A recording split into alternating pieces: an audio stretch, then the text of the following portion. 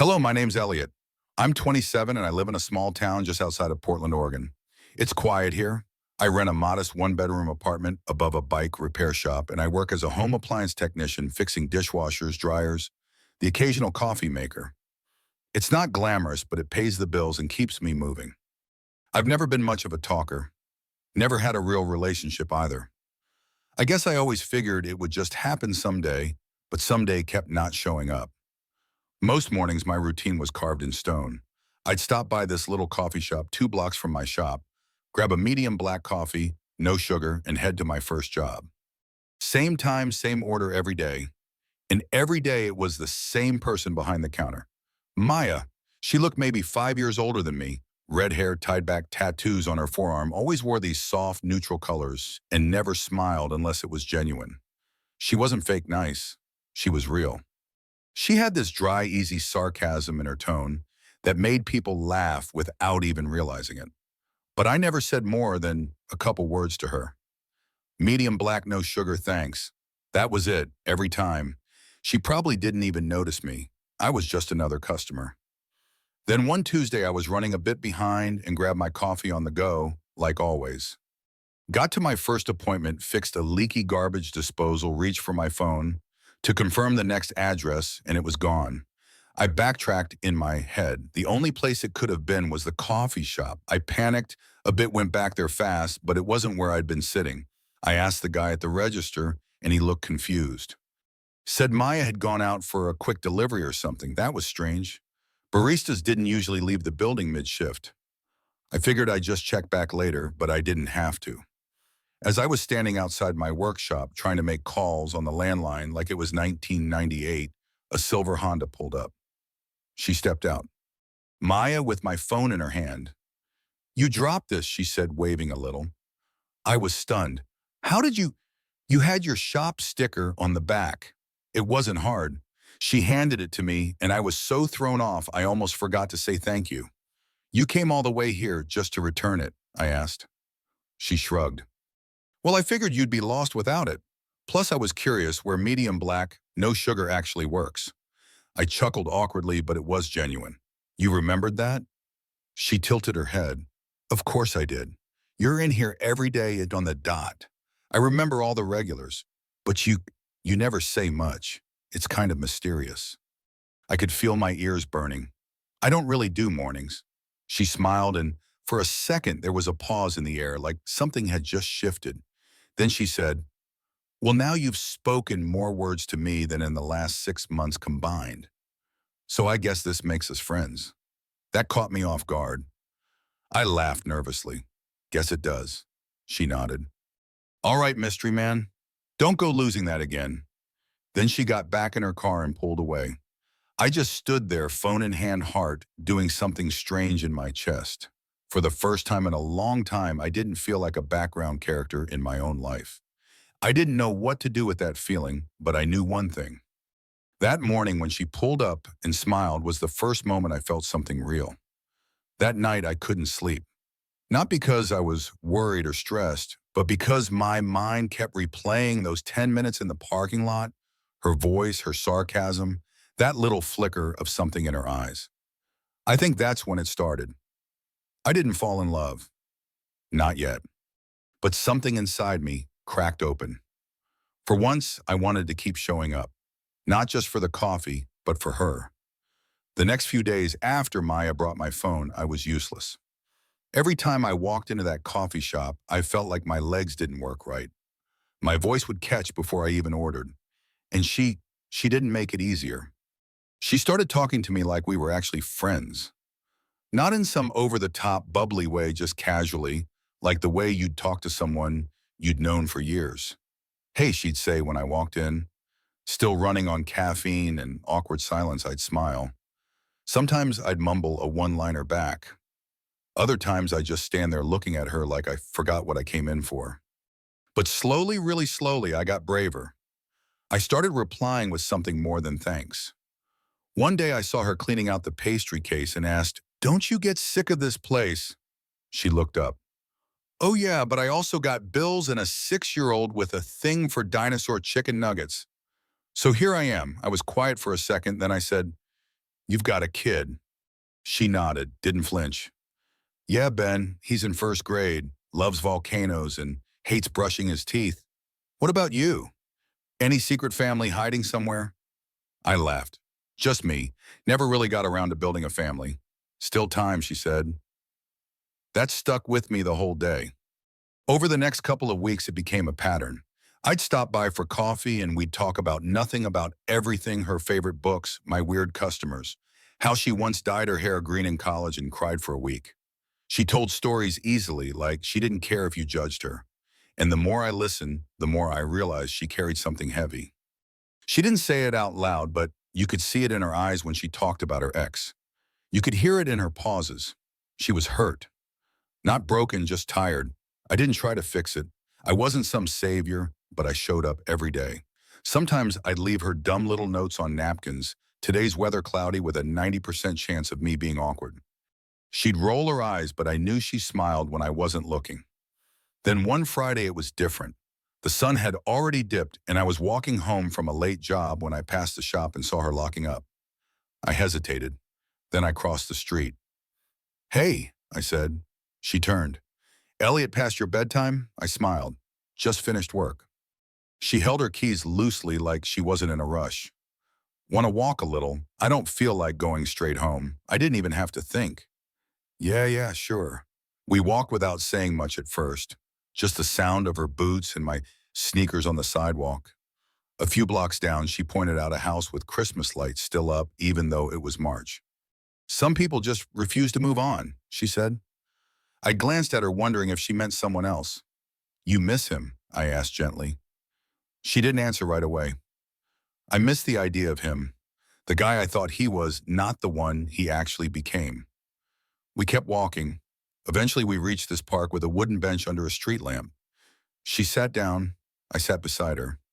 She pulled out a small thermos from her bag. Want some tea? It's probably lukewarm. I nodded, sure. We drank and listened to the wind. Then quietly she said, You're different. Different how you're not trying to get anything from me. You're just here. I don't know if I've ever had that before. My heart was pounding. Not like a romantic movie moment. More like my body was freaking out because it knew I was about to do something bold. I turned toward her. She didn't look away. And before I could stop myself, I asked, What would you do if I kissed you right now? There was maybe half a second of silence. Then she smiled, small but real. She leaned in slightly, not all the way, just enough for me to feel her breath. Find out, she whispered. So I did. It wasn't fireworks. It wasn't music swelling. It wasn't like in the movies. It was real. Her lips were soft, but there was a sadness in the way she kissed me, like she'd been here before. Like she wasn't sure if she wanted to open that door again. When we pulled away, she looked at me for a long time. I didn't know what to say. I just stared back. Finally, she said, I haven't done that in a long time. Me neither, I admitted.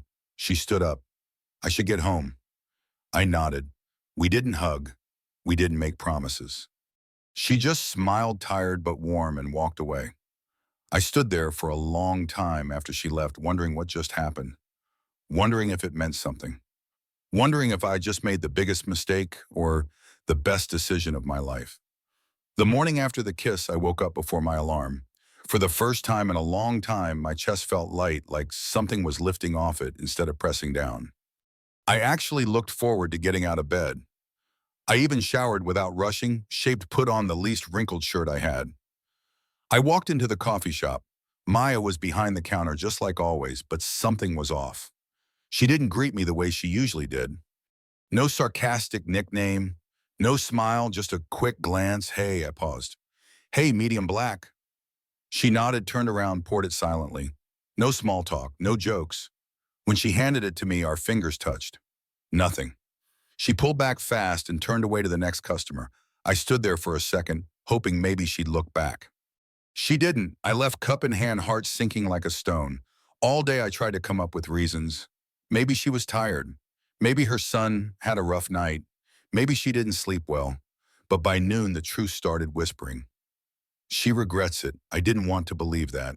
That kiss had felt real to me.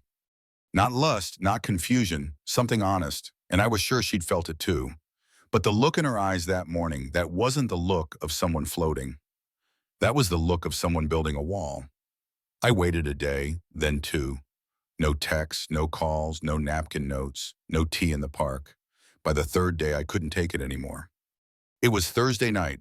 Her shift usually ended around 7. I walked to the shop just before closing.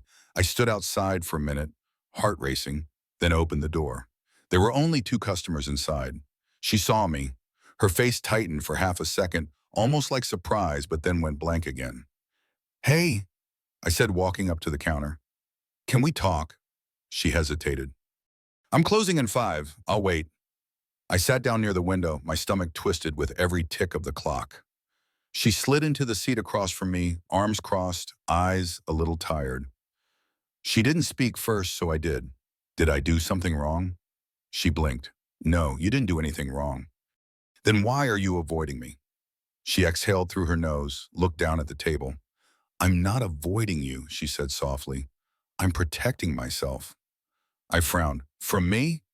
She shook her head. "From what this could turn into." There was a long pause. "I like the kiss," she said finally. "Maybe more than I wanted to. And that scares me." "Why?" "Because my life is already messy, Elliot. I've got a kid. I've got an ex who suddenly decided he wants to play dad again.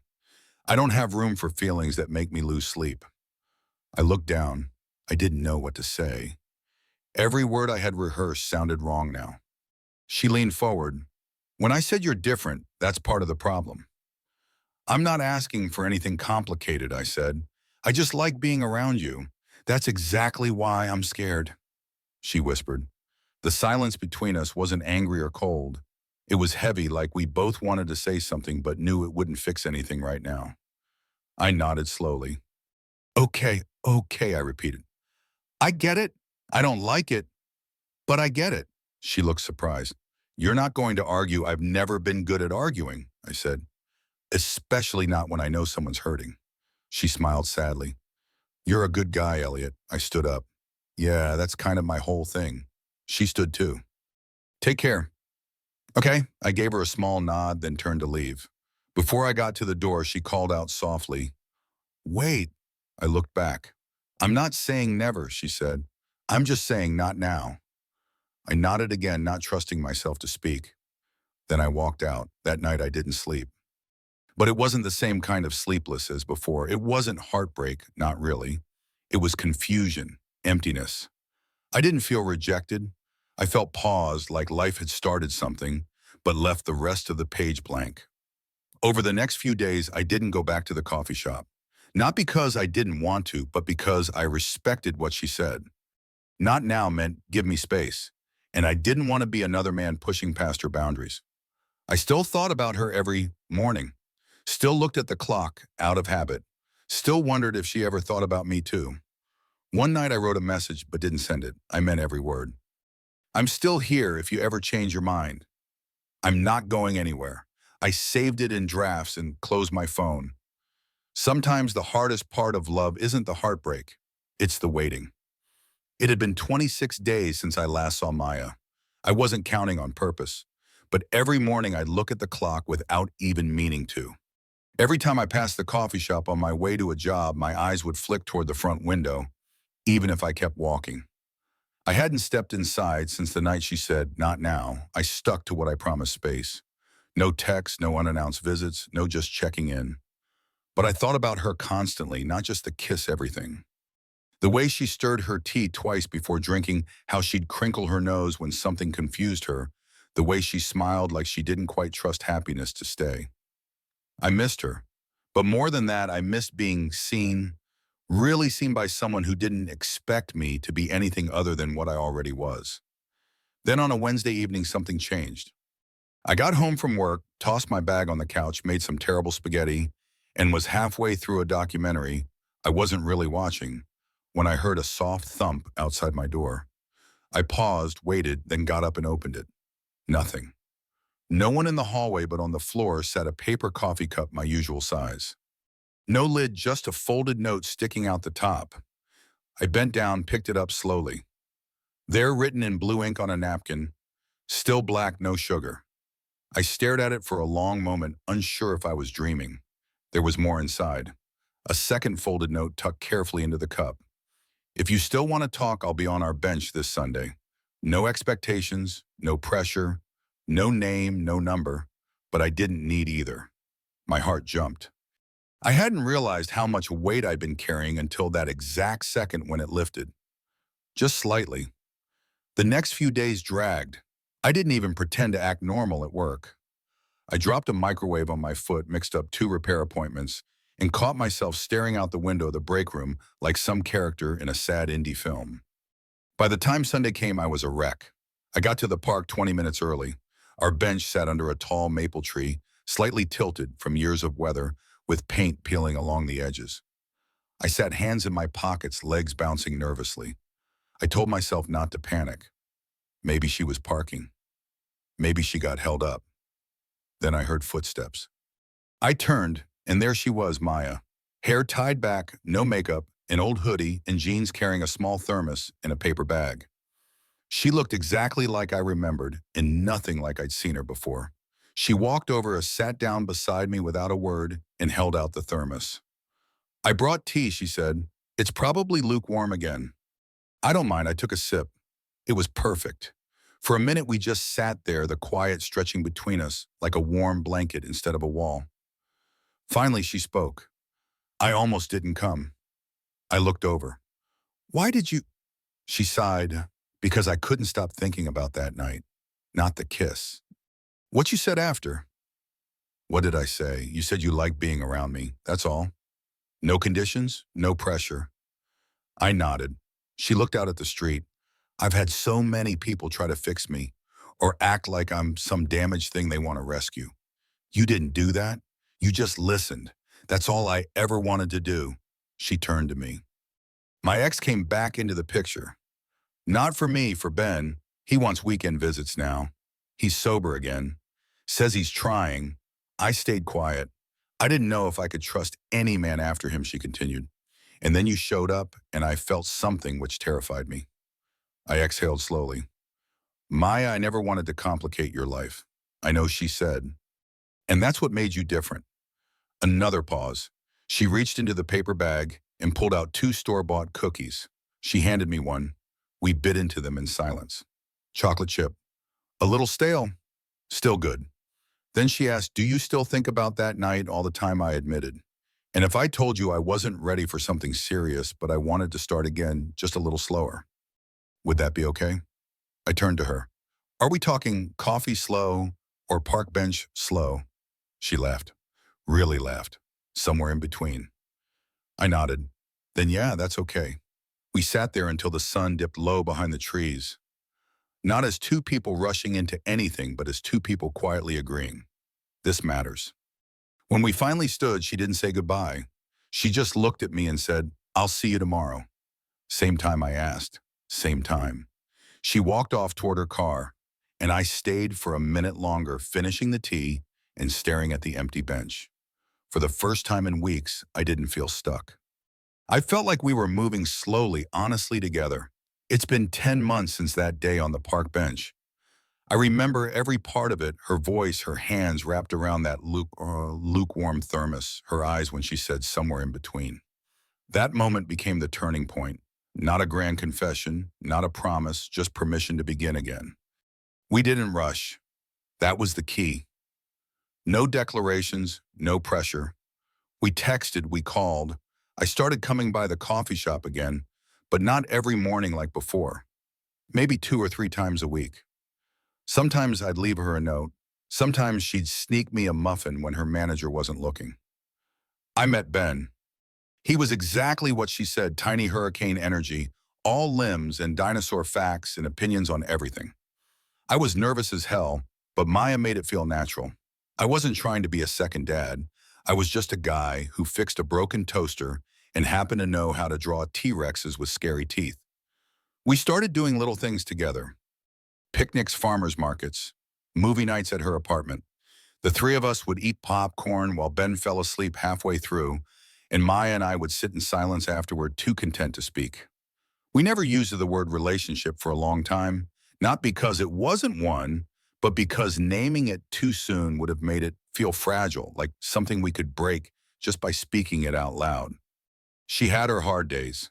Sometimes she'd shut down, go quiet for hours. Once I came over and found her sitting on the bathroom floor holding a picture of Ben when he was a baby. She didn't say much, just I thought my life was going to be so different. I didn't try to fix her pain. I just sat beside her. She leaned her head on my shoulder and whispered, "You make it easier to breathe." That was the night I knew I was in love. Not the dizzy, dramatic kind, the quiet earned kind. The kind that doesn't shout, but shows up every day. I got laid off from the repair shop. Business slowed down and I was the newest hire, so they let me go. It hit me hard, not just financially, emotionally. I felt small, like I had nothing to offer her anymore. I stopped texting for 2 days. On the third day, she showed up at my place unannounced, stood in my doorway and said, "Don't disappear on me, Elliot." Not after everything. I told her I felt like a loser. She said, "Well, I felt like a failure when I signed my divorce papers, and yet here we are, neither of us broken, just rebuilding." She helped me rewrite my resume, got me in touch with a friend of hers who managed maintenance for a school district. I got hired within 2 weeks. It wasn't glamorous, but it was steady and honest and mine. By fall, we had a rhythm. Ben started second grade. I moved into a new place closer to them. Still my own apartment, but a 5-minute walk away. Some evenings I'd cook dinner. Other nights we'd walk to the bookstore just to look at covers and pretend we were sophisticated. And somewhere between warm meals, spilled juice boxes, and nights on that saggy couch of hers, Maya started smiling differently. Not like before, not the practiced one she used with customers or friends. This smile was softer, realer. It was the smile of someone who let her guard down and didn't regret it. I brought up the idea of living together. Not as a surprise, not with some ring and a cupcake or anything crazy, just over a quiet breakfast. She was spreading peanut butter on toast. I said, "What would you think about maybe getting a place together? The three of us." She didn't answer right away. Just finished making the toast, set it on the plate, sat down. Then she said, "You're the first man I've ever trusted to share a roof with again. So yeah, let's find a place." We didn't make a big deal about it. We just started looking. We found a 2-bedroom duplex on a quiet street. Backyard for Ben, a little kitchen with terrible yellow tile, but she liked it, so I did too. Today is our first morning in our new place. Ben's still sleeping. Maya's curled up on a couch in one of my hoodies, her feet tucked under her, reading a book. The house smells like cinnamon rolls and old paint. I sit down beside her. She leans into me without speaking. We don't need to say much anymore. We just know. Still I say, "Do you remember what I asked you that night in the park?" She smiles without looking up. "You asked what I'd do if you kissed me." And she closes her book, turns her head toward me, eyes soft. I said, "Find out." I grin. Still feel the same. She puts her hand on mine more than ever. I kiss her. It's different now. Not nervous, not unsure, just right. When we pull away, she whispers, "Thank you for waiting. Thank you for being patient with me." I shake my head. You weren't the one who needed fixing, Maya. I think I just needed someone to believe I was worth showing up for. She holds my gaze. You were from the start. That's how it ends. Not with a grand proposal or a dramatic speech. Not with violins or rooftop views. Just two people who didn't rush it, who carried their scars into something honest, who built love like a house brick by brick. Breath by breath. And now we live here together. The story of Elliot and Maya beautifully illustrates a profound life lesson. Genuine love blooms not from grand gestures or hurried pursuits, but from patient persistence and the quiet courage to show up authentically, even when vulnerability feels terrifying. Elliot, a reserved appliance technician, doesn't chase Maya with dramatic flair. Instead, he consistently appears at her coffee shop, offering simple kindness and listening without demands. Maya, a single mother, scarred by past hurts, initially pulls away fearing the messiness of new emotions. Yet their connection deepens through small, honest moments. Lost phones returned, lukewarm tea shared on park benches, and unspoken understandings that honor each other's scars. This tale tugs at the heart, reminding us that love isn't about fixing someone or forcing timelines. It's about respecting boundaries, enduring pauses, and trusting that waiting can forge unbreakable bonds. In our fast-paced world where instant gratification often trumps depth, Elliot and Maya's journey evokes a poignant ache for the slow-earned intimacy we all crave, but rarely pursue. It whispers hope to those who have felt paused in their own story's healing, comes not in rushing forward, but in staying present, brick by brick, breath by breath. Have you ever waited through uncertainty for a connection that changed your life?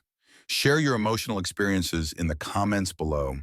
I'd love to hear how patience shaped your heart. If this story moved you, hit that like button. Subscribe for more tales of resilient love and turn on notifications so you never miss an inspiring update. Your support keeps these stories alive. Let's build a community of hopeful hearts together.